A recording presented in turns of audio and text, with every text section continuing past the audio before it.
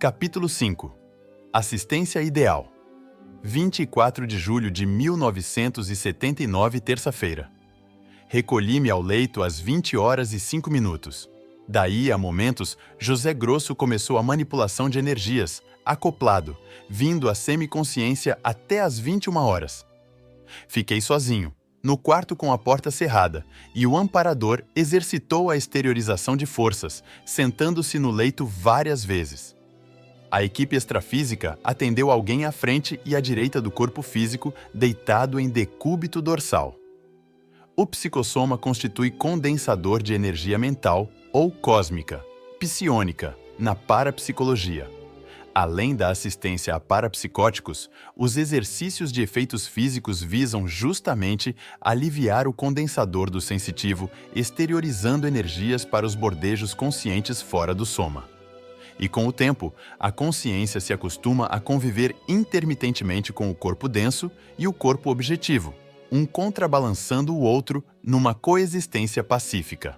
Durante a semiconsciência do transe, senti claramente o influxo de forças concentrado no hemisfério cerebral direito. Veio a compressão sobre a testa e, depois de algum tempo, permaneceu na fronte direita. O sono surgiu depois das 23 horas e 15 minutos. A minha consciência acordou fora do soma, numa rua não familiar em bairro de ruas regulares e algumas travessas íngremes na zona norte do Rio. Algo me dizia ser pouco depois da meia-noite, tive a nítida sensação de ter sido deixado na rua tranquilamente.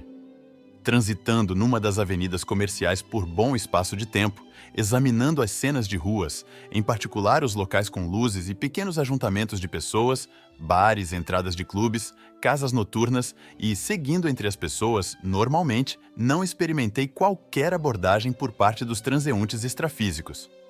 De passagem, observei uma conversa num bar. Alguém entrou e comprou balas de hortelã que o caixa retirou de um vidro. Lá dentro estavam 3 pessoas e mais 2 consciências extrafísicas. Ao fim da rua principal, mais larga, na pequena praça de poucas árvores e bancos para sentar, encontrei uma consciex com aparência de médico. Seu nome ressoou na minha mente livre: Calmene. Forte, compleição atlética, alourado, aparentando uns 45 anos de idade, ali atendia a consciexes carentes de assistência. Naquele trecho, a rua parecia mais iluminada do que as outras. Ao trocar mensagens mentais com ele, explicou-me rapidamente fazer o trabalho de rotina assistindo às pessoas carentes. À noite, a tarefa especializada torna-se intensa junto com a equipe, porque as consciexes, em especial os doentes, entram em contato direto com as consciências que dormem. Cada servidor, naquela atividade, dispõe de área definida de atendimento. O movimento de veículos, exceto na rua principal, era reduzido. Nas travessas, quase não passavam carros, e na pracinha havia muitos veículos estacionados.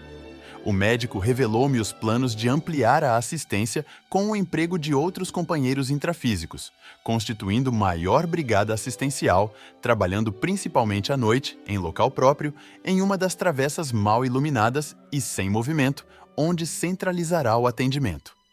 O serviço não parecia muito simples.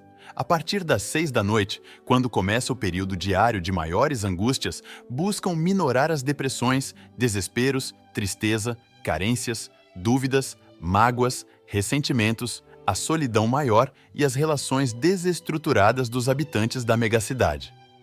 Afirmou-me que o aspecto menos agradável era o das criaturas que se recusam ser assistidas, tanto consciens quanto consciexes, e às vezes nem desejam ser abordadas, repelindo os assistentes extrafísicos.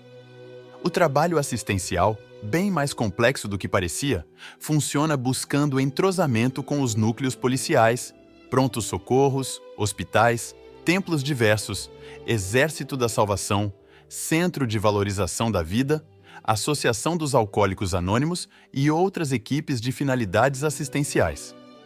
Deduz-se daí que a cidade toda deve ter serviço semelhante, bem como outras localidades, especialmente as grandes metrópoles.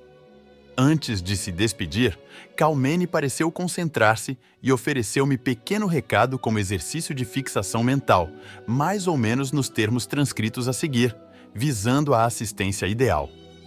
Abre aspas. Todo ato de assistência social, por menor que seja, significa fraternidade, revela-se produtivo e merece louvor. Melhor um tipo qualquer de assistência humana do que nenhum.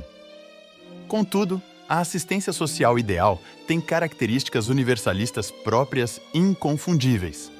Não apresenta caráter oficial, sendo espontânea. Não visa a deduções de impostos, nem síndica a aplicação da doação. Não demonstra rótulo profissional, nem fim profissionalizante.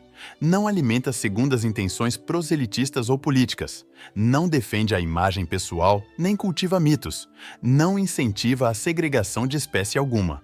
Não se restringe por preconceito nenhum, não espera gratidão nem aspira a entendimento do público.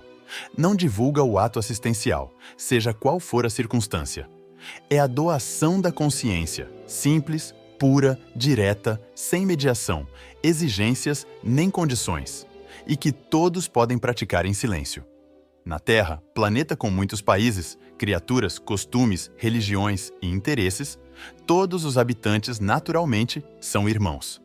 Feliz daquele que aprende o ângulo universal do maxifraternismo, ultrapassa as barreiras dos tabus e realiza a assistência universalista ainda na vida humana, pois recebe primeiro o benefício da libertação terrestre rumo a ascensões maiores. Fecha aspas. A mensagem poderia ser mais lógica? A explanação foi clara, categórica e isenta de ambiguidade. Expressei meus agradecimentos e dei adeus ao médico atencioso, que saiu na direção de uma das travessas. Percorri a rua principal, passando entre transeuntes parados e consciexes vadias, luzes e sombras, e retornei imediatamente ao Soma.